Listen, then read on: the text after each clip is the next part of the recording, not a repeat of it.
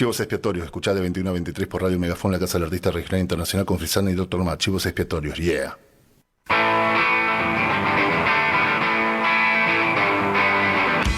Lo que Seattle nos dejó. Hemos recorrido este camino tantas veces, pero esta noche nos llevará a ningún lugar,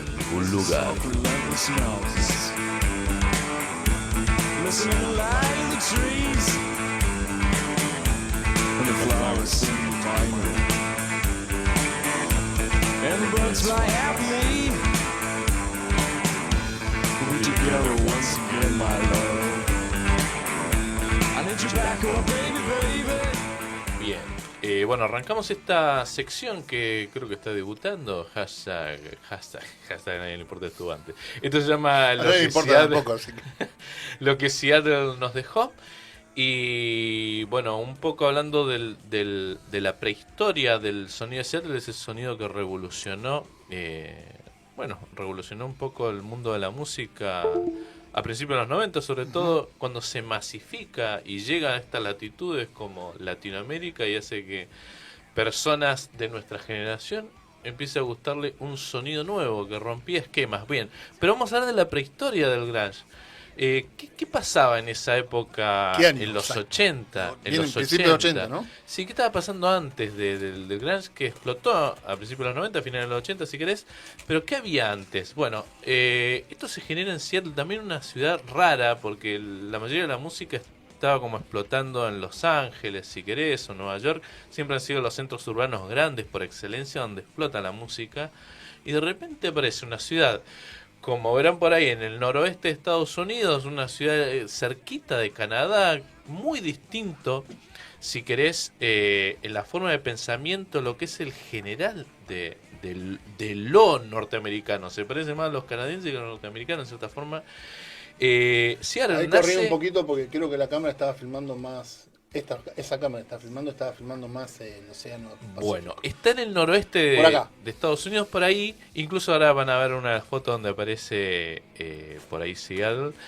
Seattle fue creada en el año... Se arma en 1851, como la conocemos ahora, y recibe el nombre del jefe de las tribus de los pueblos originarios de esa zona, que se llamaba Noah Seat. Así que un poco ahí quedó armado. Fue la ciudad donde también a fines del siglo XIX tuvo mucho protagonismo lo que fue la fiebre del oro.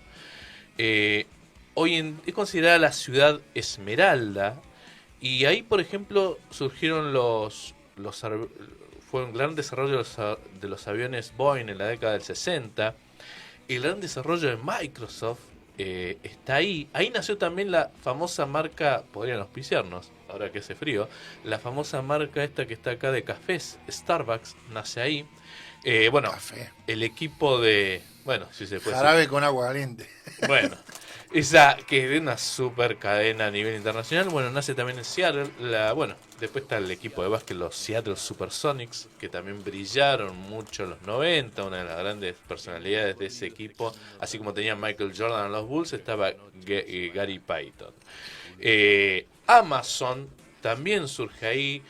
Otro producto interesante que existe todavía ahora es la radio KXP, que tiene una conexión muy importante con Argentina. Ahí está la periodista Albina Cabrera, que tiene un programa en Radio Nacional y que está conectando bandas argentinas. Bueno, ahí estuvo Barbie Recanati tocando, estuvo Marina Bertoldi. Hicieron una movida más que interesante a fines del año pasado, más que nada en septiembre, con bandas argentinas que fueron, se hizo la conexión Seattle-Buenos Aires. Que se filmó en Buenos Aires, ¿verdad? Estuvieron en el Centro Cultural Kirchner, en el CCK, estuvo atrás ahí Truenos, la banda neuquina. Te iba a decir exactamente eso. Sara Eves, Juana Molina, Mi Amigo Invencible, y otras bandas también del under porteño, así que hay una conexión Seattle-Argentina interesante. Es una ciudad movida. Es una ciudad que tiene, sobre todo en la gente, como que no es gente que se queda tranquila. Es una ciudad movida. Ha sido escenario de huelgas importantes. Una huelga muy importante, la huelga general de Seattle, que fue en el año XIX que tuvo que ver con la construcción naval, hay fotos súper interesantes, movilizaciones. Entonces es una ciudad donde, digamos, las cosas no pasan, sino que la gente se rebela y huelga y dice lo que piensa. También ha sido importante lo que es el movimiento de mujeres, en el movimiento feminista, sobre todo en la época de la gran depresión. En la época de la depresión surgieron revistas como Working Woman, o sea, mujeres trabajadoras. O sea que la mujer tiene un protagonismo interesante. Y es una ciudad que uno podría decir donde la gente también milita por aquellas ideas, muchas de las que ahora estamos hablando, hablamos de hacer, Cobrar en dólares. por ejemplo. Bueno, allá sí cobran en dólares. Y es una ciudad, vos fíjate que estadísticamente es una ciudad que no vota mucho por republicano. El voto republicano, o sea, muy de derecha, es bajo en este lugar. Todo esto, damas Sí, y los caballeros... demócratas son red de izquierdas. Bueno, pero por lo menos el muy de derecha No, pero se entiende, no se tiene entiende. lugar, ¿sí? Se entiende, se No entiende. tiene lugar.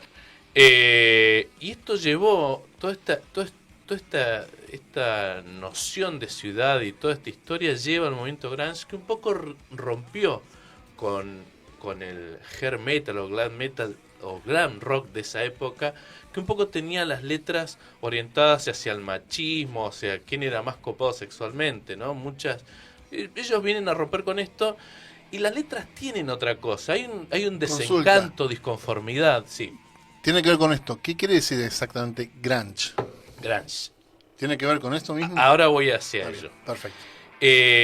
La disconformidad, el desencanto, la apatía, la marginación social, todas son,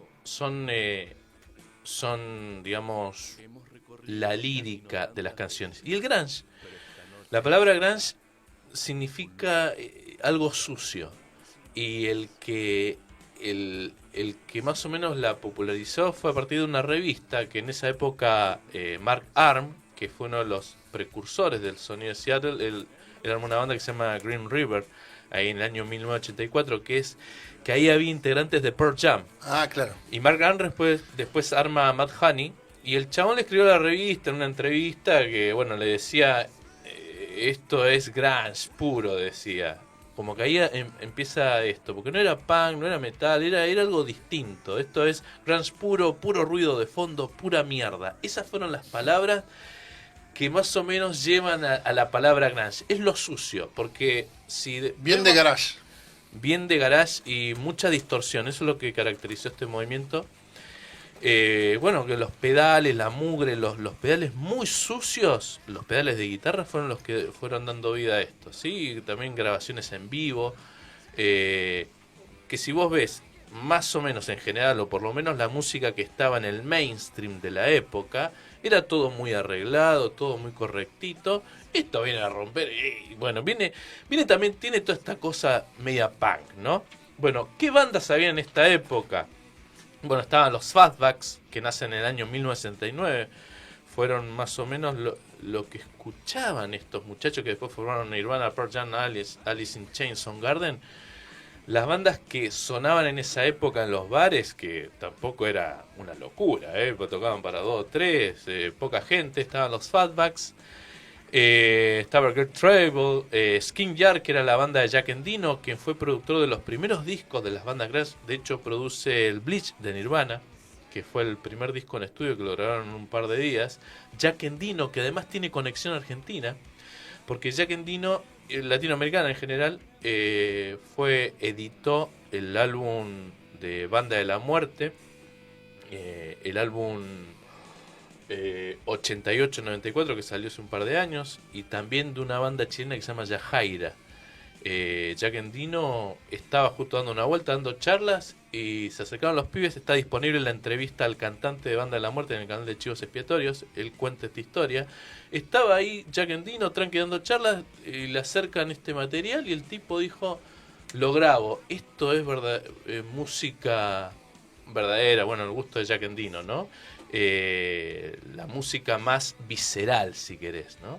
Y Jack Endino fue el productor más o menos que le dio forma a este sonido. Él estaba en este sello que se llamaba Sub Pop, del que surgieron muchas de estas bandas.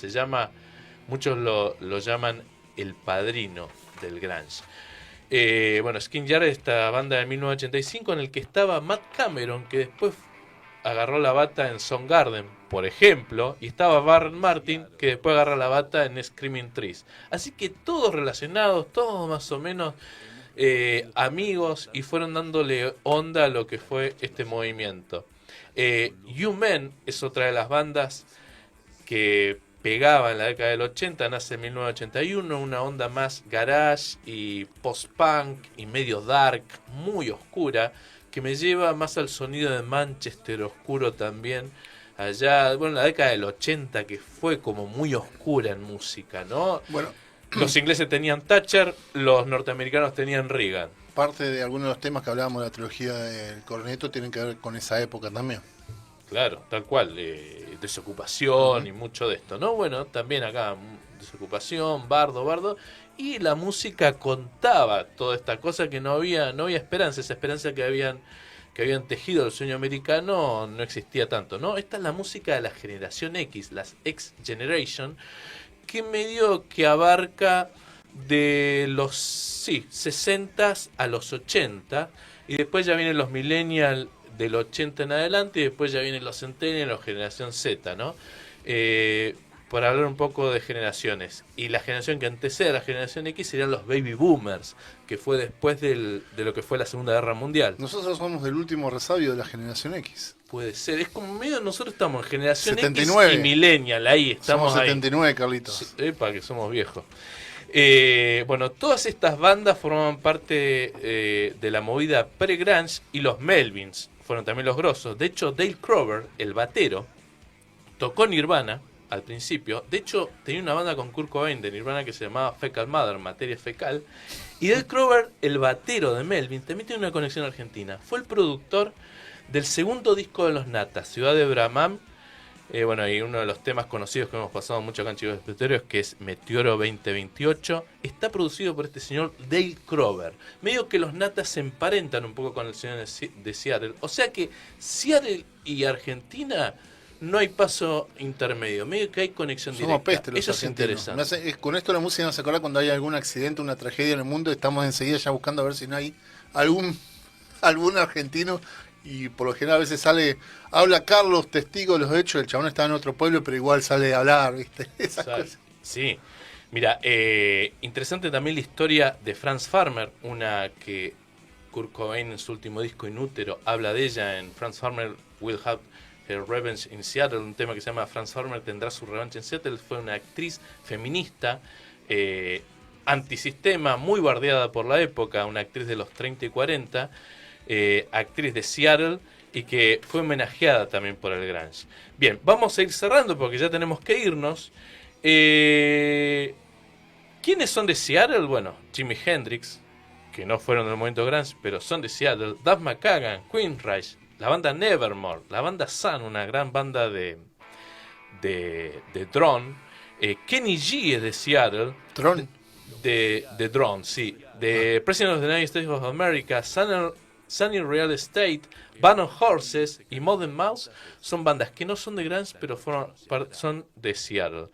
Bueno, sin más, y haciendo esta breve reseña de la prehistoria de Seattle, nos vamos con una de las bandas que fue precursora de ese sonido. Una banda que estaba emparentada con el sonido más dark y oscuro y que se llamaba U-Men. Y nos vemos el próximo sábado acá en Chivos Expiatorios, Radio Megafon. Chau, chau.